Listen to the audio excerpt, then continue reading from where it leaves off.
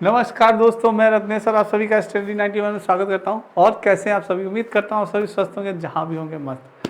दोस्तों आज बहुत ही इंपॉर्टेंट टॉपिक, जैसा कि आप जानते हैं, लेके आया हूं कि जितना आप दोस्तों प्रीवियस ईयर्स क्वेश्चन लगाएंगे उतना आप सफलता के करीब पहुंचेंगे। दोस्तों इसलिए प्रीवियस ईयर्स क्वेश्चन जितना ज़्यादा से ज़्यादा लगाएंगे उतना आप सफलता के पास पहुंचोगे। क्योंकि दोस्तों प्रीवियस ईयर्स क्वेश्चन लगाने से आपको दो फायदे होते हैं। पहला, टाइम मैनेजमेंट, और दूसरा दोस्तों आपके पास अच्छा खासा क्वेश्चन बैंक तैयार हो जाता है। इसलिए दोस्तों आइए टाइम वेस्ट न करते हुए अपनी श्रृंखला स्टार्ट करते हैं। बहुत ही धमाकेदार मज़ेदार होने वाली है। एक बार फिर से मेरे सभी बच्चों को राधे राधे, जय श्री कृष्ण दोस्तों। और एक बार वीडियो को ज़्यादा से ज़्यादा लाइक और शेयर कर दीजिएगा। आइए स्टार्ट करते हैं दोस्तों धमाकेदार सेशन। सभी बच्चे आइए। दोस्तों ये आपके स्टडी 91 कुछ बैचेस स्टार्ट हो चुके हैं। जो बच्चे ज्वाइन करना चाहते हैं वे ज्वाइन कर सकते हैं। दोस्तों आपके हिंदी का UP TET, super TET, UP police, PCS और यूसी नेट सारे बैचेस स्टार्ट हो चुके हैं। दोस्तों आपका पहला क्वेश्चन है, थानडाई के व्यक्तित्व के वर्गीकरण का आधार है। थानडाई चाचा बहुत ही इंपॉर्टेंट है हमारे सीडीपी में।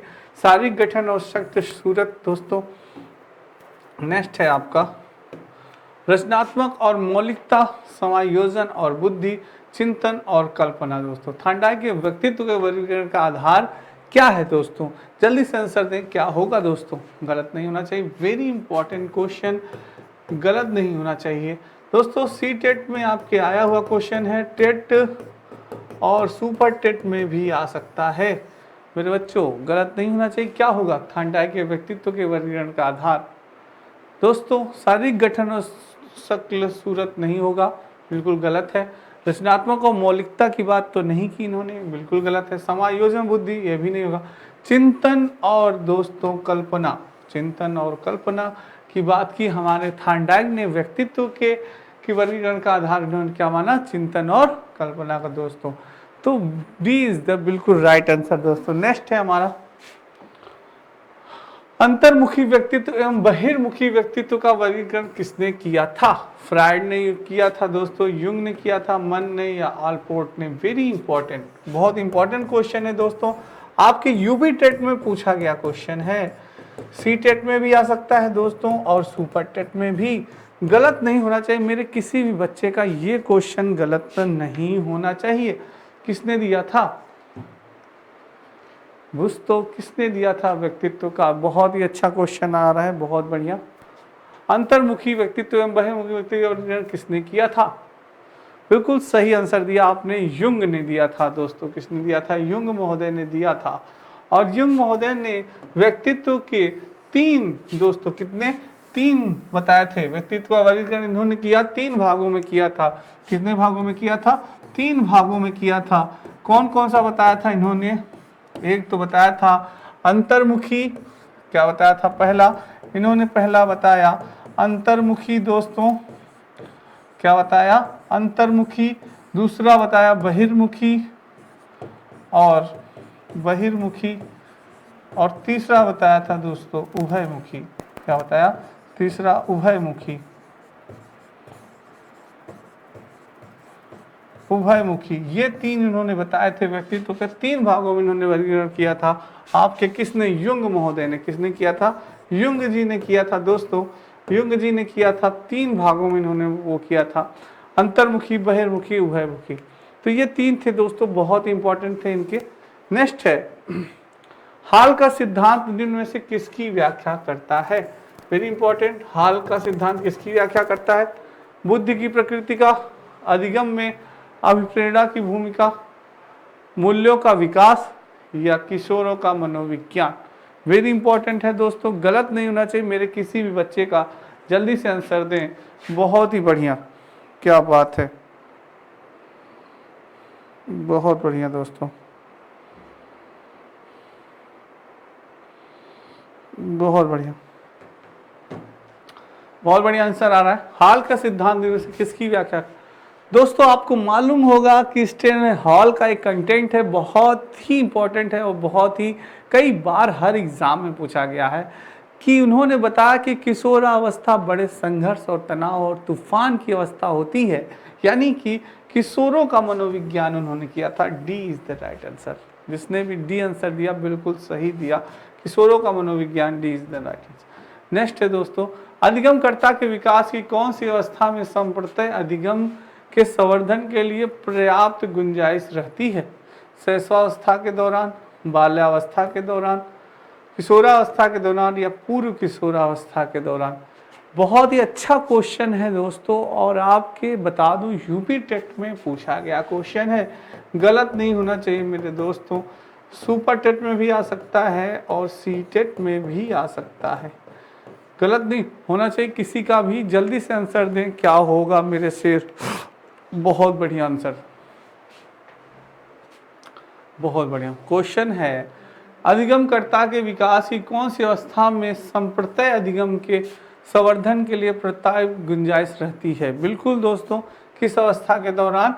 किशोरावस्था के दौरान। सी इज द राइट आंसर। किसके दौरान? किशोरावस्था के दौरान रहती है। सी इज द राइट आंसर, बिल्कुल सही आंसर बताया आपने।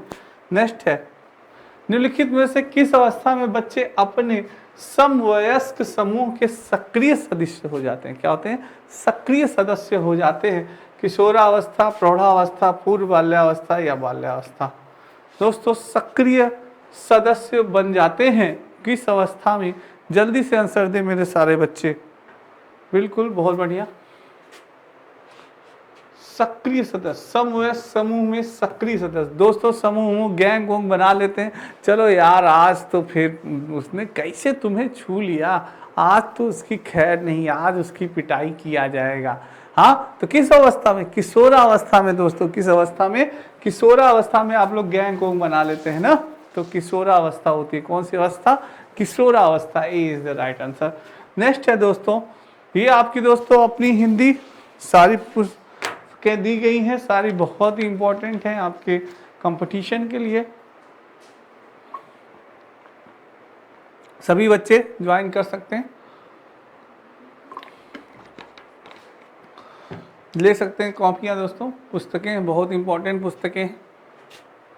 नेक्स्ट चलते हैं, बाल्यावस्था की अवधि में विकास। बाल्यावस्था की अवधि में विकास धीमी गति से होता है एवं उसे मापा नहीं जा सकता।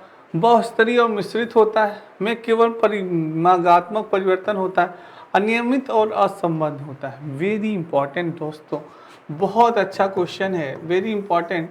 गलत नहीं होना चाहिए मेरे किसी भी शेर का, गलत नहीं होना चाहिए। यूपी टेट में आया हुआ क्वेश्चन है, सी टेट में भी आ सकता है और सुपर टेट में भी। क्या होगा? जल्दी से आंसर दें मेरे सारे बच्चे, गलत नहीं होना चाहिए। बाल्यावस्था की अवधि में विकास, बिल्कुल सही आंसर आ रहा है। यानी बाल्यावस्था में जो विकास की गति होती है दोस्तों, बहुत ही तीव्र होती है, बहुस्तरीय होती है और मिश्रित होती है। क्या होती है? मिश्रित होती है। बाल्यावस्था में बालक का विकास बहुत तीव्र गति से होता है। तो B is the right answer दोस्तों, बिल्कुल सही आंसर आपने दिया, B is the right answer. बहुत अच्छा क्वेश्चन था। नेक्स्ट है, निम्न में से कौन सी बाल्यावस्था की एक विशेषता नहीं है? दोस्तों point noted my student, questions ध्यान से पढ़िएगा। नहीं है पूछ रहा है, सामूहिकता की प्रबलता, जिज्ञासा की कमी, अभिवृद्धि में स्थिरता, समूह एवं खेलों में सहभागिता। नहीं है पूछ रहा है, बाल्यावस्था विशेषता नहीं है दोस्तों। जल्दी से आंसर दें, गलत नहीं होना चाहिए। क्या होगा? बाल्यावस्था की एक विशेषता नहीं है दोस्तों, बिल्कुल सही, बहुत बढ़िया आंसर दे रहे हैं। बिल्कुल, जिज्ञासा की कमी। क्या दोस्तों? बाल्यावस्था में जिज्ञासा की कमी होती है दोस्तों। क्या होती है? एक विशेषता नहीं है, सारी चीजें होती हैं। सामूहिकता की प्रबलता होती है, बिल्कुल सामूहिकता की प्रबलता होती है। अभिवृद्धि में स्थिरता होती है, ये भी बात सही है। समूह एवं खेलों में सहभागिता, समूह में और में वो खेलना चाहते हैं, सहभागिता करना चाहते हैं, ये भी बिल्कुल सही है। पर उनके अंदर जिज्ञासा की कमी होती है, वेरी इंपॉर्टेंट, पूछ रहा नहीं होती, तो यही ऑप्शन नहीं होगा, बाकी ऑप्शन होगा। बिल्कुल सही आंसर दिया आपने। नेक्स्ट है, शैशवावस्था के लिए उत्तम शिक्षण विधि है। वेरी इंपॉर्टेंट क्वेश्चन कर दीजिएगा, वेरी इंपॉर्टेंट, क्योंकि ये आपके यूपी टेट में पूछा गया क्वेश्चन है और सुपर टेट और सी टेट में भी पूछा जा सकता है दोस्तों। शैशवावस्था के लिए उत्तम शिक्षण विधि, कौन सी उत्तम शिक्षण विधि है? मांटेश्वरी विधि, खेल विधि, किंडरगार्टन विधि या उपयुक्त सभी? कौन सी विधि? दोस्तों बहुत इंपॉर्टेंट है, सारे बच्चे जल्दी से आंसर बताएं, गलत नहीं होना चाहिए। बिल्कुल दोस्तों, शैशवावस्था की बात की जा रही है, गलत नहीं होना चाहिए। तो शैशवावस्था के लिए उत्तम शिक्षण विधि है मांटेश्वरी विधि, भी बहुत अच्छी मानी जाती है, खेल विधि भी अच्छी मानी जाती है, किंडरगार्टन विधि में उपयुक्त सभी, यानी कि D is the right answer. दोस्तों D is the right answer, बिल्कुल सही है। नेक्स्ट है, नर्सरी कक्षा में शुरुआत करने के लिए कौन सी विषय वस्तु सबसे अच्छी मानी जाती है? नर्सरी कक्षा में शुरुआत के लिए कौन सी विषय वस्तु सबसे अच्छी है? मेरा पड़ोस, मेरा विद्यालय, मेरा परिवार, मेरा प्रिय मित्र। बहुत इंपॉर्टेंट है, यूपी टेट में पूछा गया क्वेश्चन है, गलत नहीं होना चाहिए। किसी बच्चे का सी टेट में भी आ सकता है और सुपर टेट में भी आ सकता है। दोस्तों जल्दी से बताएं, गलत नहीं होना चाहिए।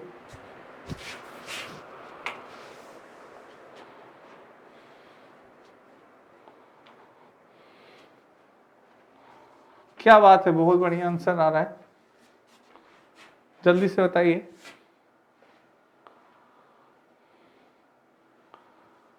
नर्सरी कक्षा में शुरुआत करने कौन सी विषय वस्तु सबसे अच्छी है?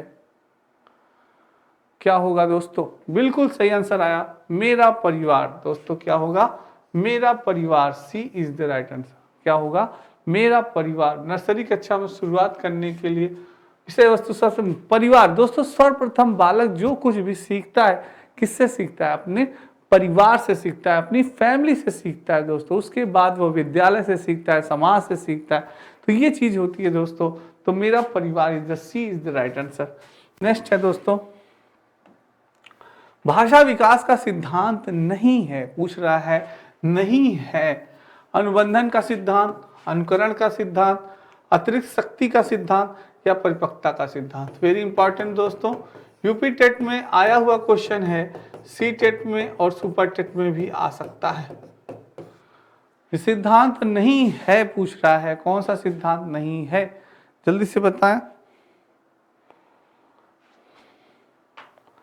बहुत बढ़िया आंसर आ रहा है।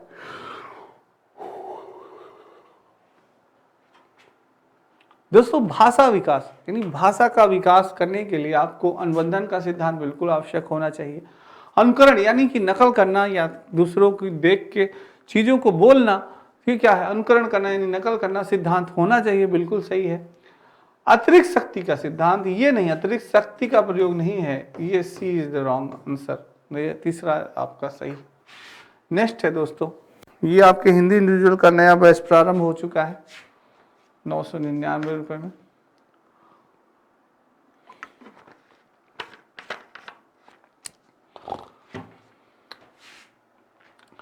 जो बच्चे ज्वाइन करना चाहते हैं कर सकते हैं दोस्तों। नेक्स्ट है चौमस्की के अनुसार, नाम चौमस्की दोस्तों बहुत इंपॉर्टेंट है, जिससे कि आपके एग्जाम में नाम चौमस्की से बहुत ही बार पूछा गया।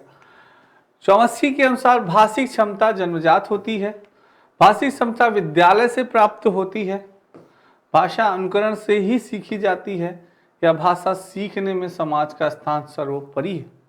आपके अनुसार चौमस्की की थॉट्स इनमें से कौन सी सही है?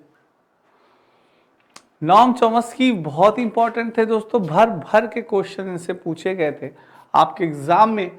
तो नॉम चॉम्स्की के अनुसार दोस्तों जो भाषा सीखने की क्षमता होती है वो क्या होती है? जन्मजात होती है। क्या होती है? जन्मजात होती है। इनकी बात ये बिल्कुल सही है। हम भाषा सीखते हैं बिना दोस्तों किसी के सिखाए। हमारा पहला शब्द क्या निकलता है? माँ। कौन सा निकलता है? माँ। हमें किसी को सिखाने की आवश्यकता नहीं, किसी को वो करने की नहीं, तुरंत बच्चा सबसे पहले शब्द बोलता है माँ। उसके अनुसार चॉम्स्की का कहना बिल्कुल सही है कि जो भाषा सीखने की क्षमता होती है हमारे अंदर क्या होती है? जन्मजात होती है दोस्तों। ठीक है।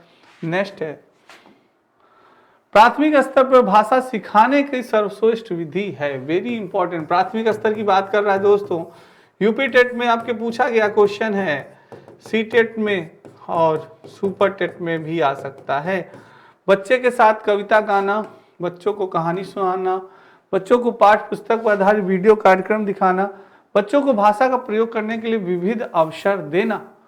प्राथमिक स्तर की बात की जा रही है दोस्तों। बहुत ही अच्छा आंसर क्वेश्चन होना चाहिए, आंसर देना चाहिए। बिल्कुल दोस्तों, बहुत अच्छा आंसर आ रहा है आप सभी ने।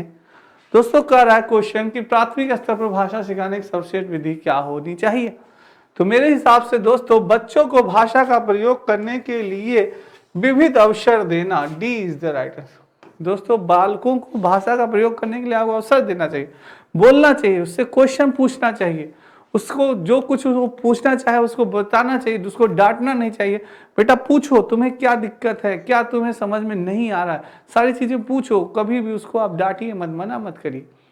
तो दोस्तों वो जब पूछेगा बोलेगा तो उसको भाषा को सीखेगा। तो बिल्कुल सही आंसर है, D is the right answer. Next है दोस्तों, बुनियादी स्तर पर मातृभाषा में शिक्षा देना बेहतर है क्योंकि यह बच्चों में आत्मविश्वास का विकास करेगी, अधिगम को सरल बनाएगी, बौद्धिक विकास में सहायता करेगा, प्राकृतिक वातावरण में बच्चों को सीखने में सहायता करेगी।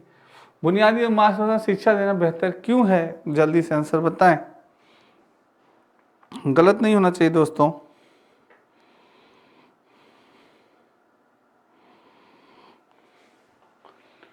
बिल्कुल दोस्तों, यानी बुनियादी स्तर पर मातृभाषा शिक्षा देना बेहतर है क्योंकि यह प्राकृतिक वातावरण में बच्चों को सीखने में क्या करती है, सहायता करती है दोस्तों। तो D is the right answer, बिल्कुल सही, D is the right answer. Next है, बाल केंद्रित शिक्षा का समर्थन निम्नलिखित में से किस विचारक द्वारा किया गया। बहुत ही इंपॉर्टेंट क्वेश्चन, यूपी टेट में आपके पूछा गया क्वेश्चन है दोस्तों, सी टेट में भी आ सकता है और सुपर टेट में भी पूछ रहा है। बाल केंद्रित शिक्षा का समर्थन किसने किया था, एरिक हरक्सन ने किया था, चार्ल्स डार्विन ने किया था, बीएफ स्किनर ने किया या जॉन डीवी ने। निम्नलिखित में से किस विचारक द्वारा किया गया था, जल्दी से आंसर दें, गलत नहीं होना चाहिए। किसने किया था दोस्तों, बहुत बढ़िया आंसर आ रहा है दोस्तों। अगर बात की जाए कि बाल केंद्रित शिक्षा का समर्थन, तो सर्वप्रथम जो महान आत्मा थे हमारे जॉन डीवी जी, कौन थे, जॉन डीवी जी ने ही बाल केंद्रित शिक्षा का समर्थन सर्वप्रथम किया। किन्होंने, जॉन डीवी जी ने। तो ये D is the right answer. बहुत बढ़िया आंसर दिया आप सभी ने अगर दिया। नेक्स्ट है दोस्तों, छात्र केंद्रित शिक्षा शास्त्र की क्या विशेषता है। छात्र केंद्रित शिक्षा शास्त्र की क्या विशेषता है, केवल पाठ्य पुस्तकों पर निर्भर होना, बच्चों के अनुभव को प्रमुखता देना, यंत्रवाद याद करना, या योग्यता के आधार पर विद्यार्थियों को नामांकित करना तथा वर्गीकरण करना। क्या होगा, छात्र केंद्रित शिक्षा शास्त्र की क्या विशेषता है, जल्दी से आंसर बताएं मेरे दोस्तों, गलत नहीं होना चाहिए मेरे किसी भी शेर का। बहुत बढ़िया आंसर आ रहा है, बिल्कुल दोस्तों, छात्र केंद्रित शिक्षा में बच्चों के अनुभवों को प्रमुखता देना। दोस्तों बच्चों के अनुभव को प्रमुखता देना छात्र केंद्रित शिक्षा में बहुत ही इंपॉर्टेंट है, जिससे कि जान सके हम लोग कि आखिर बच्चों को कितना आता है, उसके बाद हम उन्हें ज्ञान प्रदान करें दोस्तों। कि हमें जब पता चल जाएगा कि हाँ इस बालक को इतना आता है, मैथ में ये आता है, जोड़ आता है, घटाना आता है, तब हम उसे क्वेश्चन देंगे दोस्तों। ये नहीं आप पहले ही उसे क्वेश्चन दे दें तो वो नहीं कर पाएगा। तो इसलिए उनको अनुभव को जानना हमें बहुत ही जरूरी है, तो उनके अनुभव को प्रमुखता हमें प्रदान करनी चाहिए। B is the right answer. Next है दोस्तों, ये आपके यूसी नेट का पेपर फर्स्ट, सभी बच्चे नया बैच प्रारंभ हो गया है, ज्वाइन कर सकते हैं। कंप्लीट कोर्स मात्र 999 रुपये में।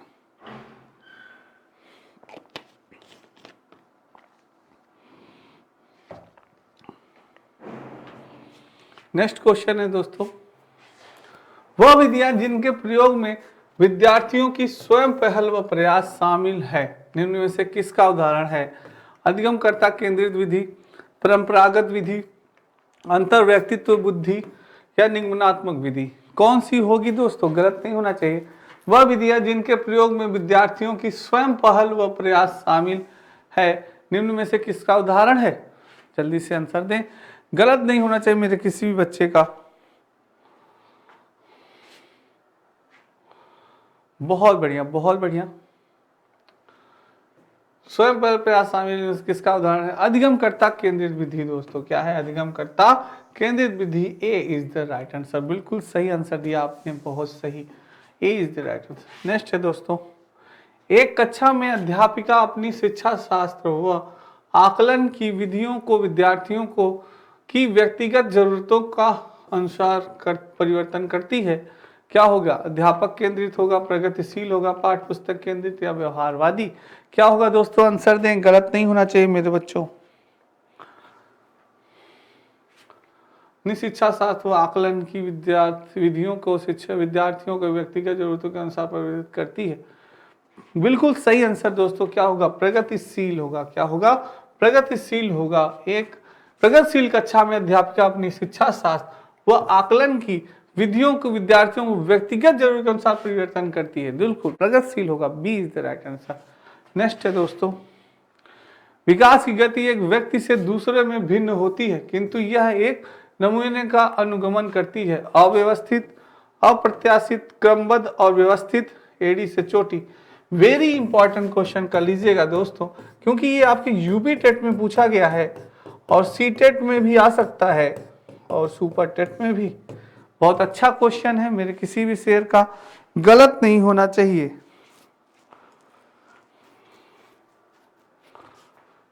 बहुत बढ़िया। विकास डेवलप के बारे में पूछ रहा है दोस्तों, क्या होगा? विकास गति एक व्यक्ति के दूसरे में भिन्न होती है, किंतु यह एक क्रमबद्ध और व्यवस्थित नमूने का अनुगमन करती है दोस्तों। C is the right answer. क्रमबद्ध और व्यवस्थित नमूने, C is the right answer. Next है, विकास शुरू होता है। बहुत ही इंपॉर्टेंट क्वेश्चन कर सकते हैं आप और बहुत अच्छा क्वेश्चन कर सकते हैं। कई बार ये पूछा गया, सी टेट में भी पूछा गया है, यूपी टेट में भी पूछा गया है और सुपर टेट में भी पूछा गया है कि विकास शुरू होता है उत्तर बाल्यावस्था से, प्रसव पूर्व अवस्था से, शैशवावस्था से या पूर्व बाल्यावस्था से। गलत नहीं होना चाहिए मेरे बच्चों, किसी भी शेर का गलत नहीं होना चाहिए। क्या बात है?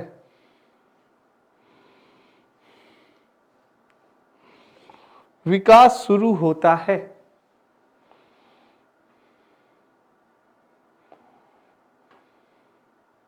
दोस्तों बात हो रही है डेवलपमेंट की। किसकी बात हो रही है? डेवलपमेंट की। विकास की बात हो रही है। किसकी बात हो रही है? डेवलपमेंट की बात हो रही है। मैंने आपको बताया था डेवलपमेंट यानी कि विकास। क्या दोस्तों? विकास की बात हो रही है। तो मैंने आपको बताया था, अगर आपने मेरी डेवलपमेंट एंड ग्रोथ की क्लास देखी होगी तो विकास प्रारंभ होता है वॉर्म टू टॉम। दोस्तों क्या होता है? वॉर्म टू टॉम। सभी बच्चे जानते होंगे, जो नहीं जानते, वॉर्म टू टॉम दोस्तों, वॉर्म टू टॉम। सर इसका अर्थ क्या होता है? वॉर्म टू टॉम यानी कि दोस्तों गर्भ से प्रारंभ हो जाता है विकास। जो डेवलपमेंट होता है गर्भ से प्रारंभ हो जाता है और कहाँ तक जाता है? कब्र तक। टॉम मीन्स क्या होता है दोस्तों? कब्र होता है। विकास से लेकर कब्र तक, गर्भ से लेकर कब्र तक चलता है आपका क्या? विकास। डेवलपमेंट की अगर बात की जाए कि आखिर डेवलपमेंट कहाँ तक चलता है दोस्तों, तो डेवलपमेंट गर्भ से प्रारंभ होता है और कब्र तक। और अगर आपसे कोई पूछे कि भाई कैसे आप कह सकते हैं कि गर्भ से ही डेवलपमेंट प्रारंभ हो जाता है, विकास का, तो कहिए भैया अभिमन्यु की कहानी सुनी थी ना आपने, कि अर्जुन जी जब कहानी सुन रहे थे, कहानी सुना रहे थे, तो अभिमन्यु जी अपने माँ के किसमें थे?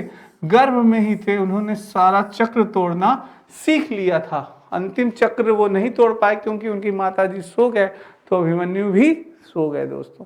तो वही चीज है, यानी कि बालक का जो विकास होता है वो प्रारंभ हो जाता है कब? माँ के गर्भ से ही प्रारंभ हो जाता है दोस्त। बहुत सही आंसर बताया आपने। तो यानी कि अगर इसका आंसर पूछा जाए कि भैया क्या होगा विकास शुरू होता है? उत्तर बाल्यावस्था से नहीं, शैशवावस्था से नहीं, पूर्व बाल्यावस्था से नहीं, क्या होगा? प्रसव पूर्व अवस्था से। प्रसव की पूर्व अवस्था से, यानी कि बच्चा के जन्म लेने से पहले, बच्चे के जन्म लेने से पहले ही प्रसव पूर्व अवस्था कही जाती है उसको। तो B is the right answer. बहुत बढ़िया आंसर बताया आपने। नेक्स्ट है दोस्तों, मानव विकास को क्षेत्रों में विभाजित किया जाता है, जो है मानव विकास को क्षेत्रों को विभाजित किया जाता है, जो है शारीरिक, संज्ञानात्मक, संवेगात्मक और सामाजिक। संवेगात्मक, संज्ञानात्मक, आध्यात्मिक और सामाजिक। मनोवैज्ञानिक, मनोवैज्ञानिक, संज्ञानात्मक, संवेगात्मक और शारीरिक। शारीरिक, आध्यात्मिक, संज्ञानात्मक और सामाजिक। वेरी इंपॉर्टेंट क्वेश्चन कर लीजिएगा। यूपी टेट और सी टेट में पूछा गया क्वेश्चन है, सुपर टेट में भी आ सकता है मेरे दोस्तों। बहुत बढ़िया क्वेश्चन है, गलत नहीं होना चाहिए किसी का भी। बहुत बढ़िया आंसर आ रहा है, क्या बात है।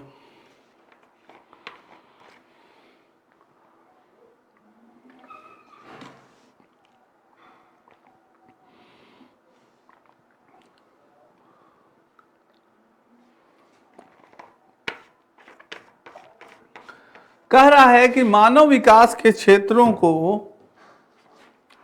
विभाजित किया जाता है। जो मानव विकास यानी कि ह्यूमन डेवलपमेंट की बात कर रहा है यहाँ पे दोस्तों, तो कैसे विभाजित किया जाता है? सर्वप्रथम आपका डेवलपमेंट यानी विकास होता है किसका? शरीर का। किसका होता है? शरीर का। कैसे दोस्तों? ऑप्शन को पहचानेंगे तो एक ऑप्शन हुआ भाई, पहला ऑप्शन शारीरिक है, पहला, और चौथा ऑप्शन दो चीज है शारीरिक।